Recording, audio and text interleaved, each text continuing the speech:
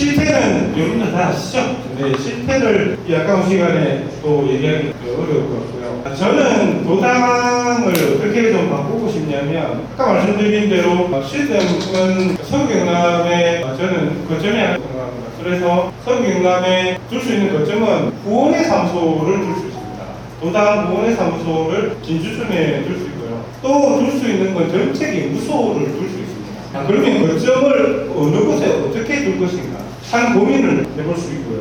그리고 사실은 현행법상 연락소나 이런 건 둘 수가 없습니다. 현행법상 여러분들이 그렇게 이해하시면 되겠고요. 저는 그래서 그런 거점을 좀 만들어 나가고, 물론 상설위원회나 위원회들의 활동을 아까 제가 말씀드린 대로 날개를 달아서 물건을 날아다닐 수 있도록 상시적으로 좀 활동을 할 수 있게끔 열어두고요. 그런데 사실은 잘 몰라서 어떻게 해야 되는지 잘 몰라서 안 되거나 잘 몰라서 시스템적으로 정책적으로 좀 필요합니다. 그래서 상설위원회 와서 저는 우선 아카데미를 좀 열어서 우리가 당원 활동을 어떻게 좀 할 것인가를 먼저 좀 하고 그 다음에 기구가 나와야 된다 이렇게 생각하고요. 그리고 반디 연구소 있잖아요. 우리 경남에. 저는 반디 연구소 이름 바꾸려고. 제가 도당위원장이 된다면 경남민주연구원으로 좋습니다. 단디 연구원하는 게 입에도 단디해라는 건 알겠는데 우리 도민의 입에 좀 안 붙는 거예요. 그래서 민주연구원에서 최근에 연구 개발한 불평등 예산, 그러니까 불평등 사업, 그러니까 소득비와 관련돼서 발표한 게 있습니다.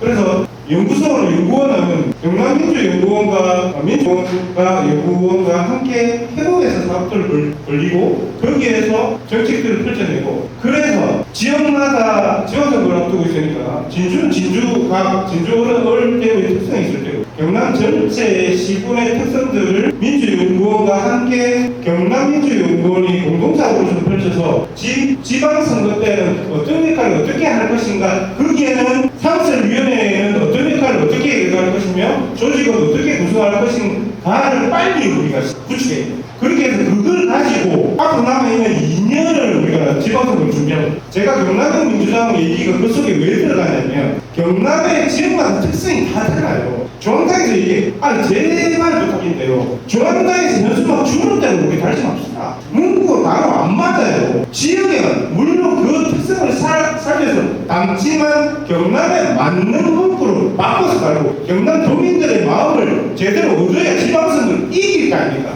말씀하셨죠. 정당의 공적인 목표, 정권을 장치하는 데 있는 건 맞습니다. 그렇게 하기 위해서는 지역에서 이런 일들을 하지 않으면 이렇게 이겨낼 수 없는 것이죠. 제가 왜 민주당, 더불어민주당 연수원을 공략했어요. 연수원을 지리산권에 연수원이 좀 있었을 겁니다. 왜? 경남에 와서 돈도 좀 쓰고, 제가 계산해보니까 한 50억에서 한 70억 하면 되겠습니다. 우리 민주당에서요, 지리산권 지역에 연수원 지어가지고, 적어도 대전, 우리가 평소에는 다른 대관도 좀 하고, 우리 지역의 당원들이 거기 가서 1박 2일로 목욕하고 하면서 우리끼리 화합도 좀 하고, 그러면 서구 경남도 좀 닳고, 그러면 서구 경남의 도민들도 민주당 그럼 나도 있고 할 거 아닙니까? 그래서 그 속에 이 말씀 하는 거죠.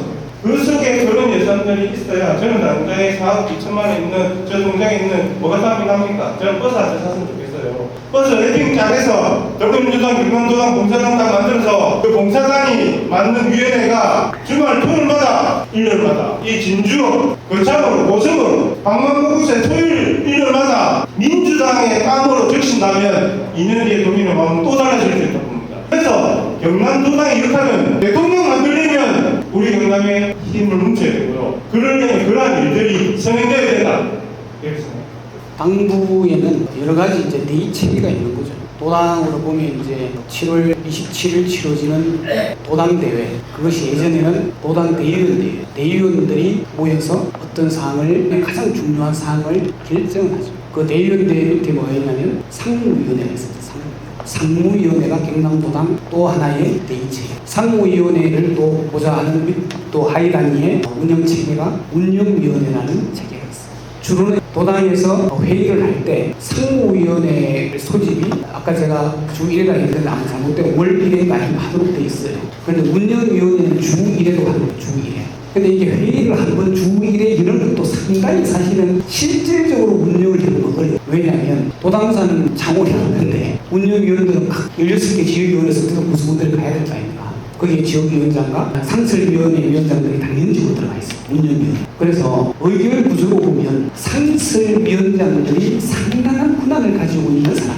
지역위원장들은 운영위원회 안 들어갑니다. 지역위원장은 운영위원회 당연직이 아니에요. 저는 그것도 아이러니하다고 보는데 대의체계에서 정말 당원 도당에 있었던 그런 의견들이나 체계를 보이려고 하면 지역위원장들이 저는 운영위원회에 들어가야 봐요. 그런데 지역운영위원장들은 운영위원회 성원이 아니에요. 상설위원장들은 운영위원회 성원입니다. 그렇게 보면 도당을 운영하는 데는 지역위원장보다 상설위원장의 역할이 더 중요하다는 얘기예요. 그런데 우리 경남 도당에 있는 당원들이나 여기 계신 모임분들이 상설위원장을 지역위원회 위원장보다 더 역할이 내지는 권한이 있다고 생각하는 사람이 있나요? 없습니다. 도당 운영과 관련해서 제가 말씀드린 겁니다. 그런데 도당의 결정체계에서 운영위원회에 당연직 위원으로 들어가는 상설위원장을 어떻게 구성하고 선출하느냐, 이걸 자세히 들여다봐야 돼요. 굉장히 비민주적으로 선출됩니다. 공모도 잘 안 해요.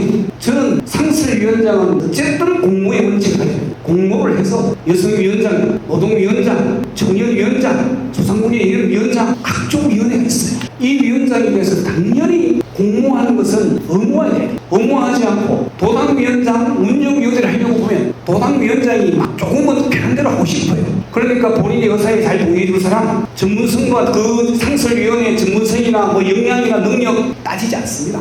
그냥 좀 해주세요. 이렇게 해서 상설위원장을 선출하고 구성하는 게 일반적이었어요. 물론 모든 게 그렇게 되지는 않습니다. 어떨 때는 특별하게 여성위원장, 노동위원장은 공모를 통해서 하는 경우도 있었어요.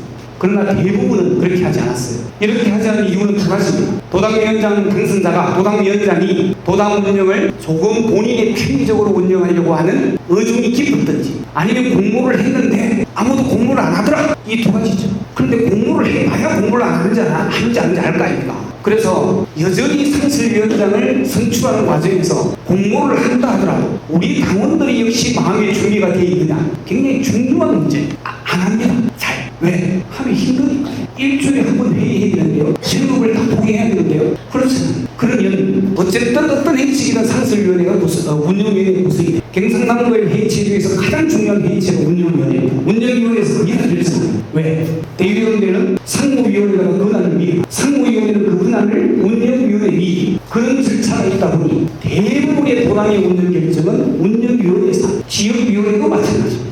지역위원회 당원대회가 있고 상무위원회가 우리는 90명 모으면 45명 이상을 모아야 되는데 잘 안 모아져요.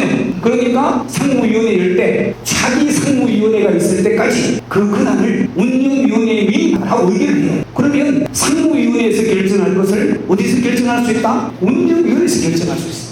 그래서 운영위원 22명이 모여서 지역위원회 사업을 하는 겁니다. 22명이 다 모이나요? 그 가만히 보면 되는 거잖아요. 12명 오면 지역위원회 모든 사항을 결정할 수 있습니다. 경남도당 역시 마찬가지죠. 운영위원회 제가 몇 명이 잘 몰라요. 제가 성원이 아니기 때문에 비슷할 겁니다. 그게 더 20 잘 모르겠어요. 성현수 의원이 나오고 계시는데 그 몇 명의 절반만 있으면 결정 가능한 편의대로 움직이는 오산이 굉장히 있는 것입니다. 그래서 상설위원장이 누가 되느냐, 어떤 의지와 결기를 가지고 상설위원장을 만드느냐에 따라서 도당은 획기적으로 바뀔 수 있습니다. 왜? 도당의 모든 운영 권한을 운영위원회에서 결정합니다. 여기에서 예산도 결정하고 사업도 결정하고 다 결정합니다. 상설위원회 그 정도로 중요합니다. 그럼에도 불구하고 우리 당원들은 상설위원장의 중요성을 잘 인식 못하고 있어요. 그래서 상설위원장의 중요성을 굉장히 당원들에게 홍보하고 알려요. 근데 이 상태에서 아무리 홍보하고 알려본들 그것이 바로 취소되겠습니까? 그래서 그런 측면에서는 박준호 후보가 말씀하신 당원 교육, 당원들 어떻게 활동할 건가에 대한 사정 교육이 굉장히 중요하다는 것에 100% 공감합니다.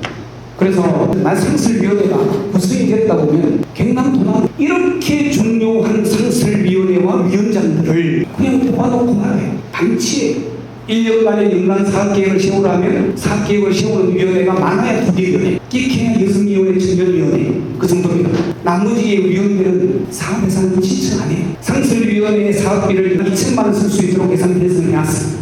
그 2천만 원을 사업 신청하면 쓸 수 있는 거 아닙니까? 위원회가 안 들어가다 보니 그 위원회가 안 되는 거죠. 그런데 도당의 상설위원회가 있는 수만큼 그대로 지역위원회에도 상설위원장이 있어요. 도당의 상설위원장은 지역위원회 상설위원장과 상시적으로 연대하고 협의하고 모여서 협의해서 소상공인위원회에 모여서 우리 지역의 소상공인의 문제는 어떤 것이 있는지, 소상공인이 바라는 것은 무엇이고 소상공인이 가장 아파하는 것은 무엇인지를 점검하고 토론하고 논의해야 된다.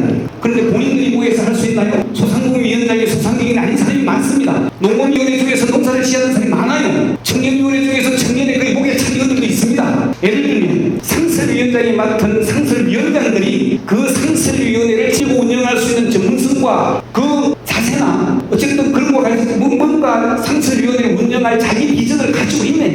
가지고 있지 못하기 때문에 운영이 안 되는 거예요. 나 홀로 위원회, 위원장 혼자 있는 위원회가 그냥 있는 거예요. 그럼에도 불구하고 가장 중요한 도당의 결정을 누가 한다? 상설위원장들, 도당위원장과 지명된 5명의 운영위원들이 모여서 결정하죠. 이 구조가 제대로 된 구조예요. 그러니 경남도당이든 어느 광역당부든 간에 제대로 된 광역당부의 결정을 할 수가 없는, 농업인위원회는 함안에 있는, 청년에 있는, 밀양에 있는, 아니고 산청, 하천, 거창에 있는 농민들이 지금 현재 어떤 어려움을 겪고 있고 어떤 고민을 하고 있고 어떤 법이 문제고 어떤 제도가 문제고 이런 것들이 총화되면 우리가 국회의원이 있는 건 아닙니까? 도당에 대해서 총화하면 그것을 위원장이 도당위원회 운영위원회에 올려서 이런 문제가 있다, 이런 법은 개정해달라 요구가 있으면 상무위원회를 열어서 경남도당의 공식 입장으로 이런 농민과 관련된 법을 개정할 것을 경남도당의 공식 입장을 정해서 중앙당에 제안하고 그 상임위원회의 국회의원회에 제안해서 당론으로 집행하도록 만드는 것, 그게 상설위원회가 해야 할 역할이에요. 전혀 안 하면 못하고 있어요.